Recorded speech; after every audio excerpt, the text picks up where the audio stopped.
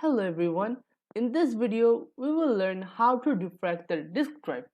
So what is defragment in Windows? So the disk defragment in Windows, it helps you to rearrange the fragmented data so that your disk and your drives can work more efficiently and perform better, so that your Windows can perform faster and better.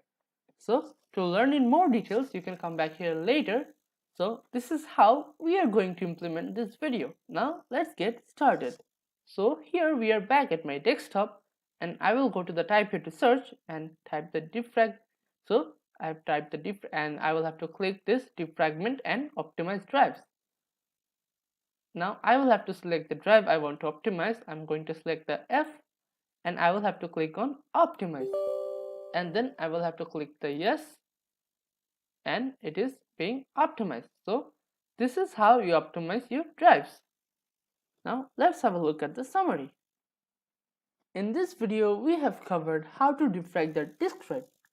Thank you for watching.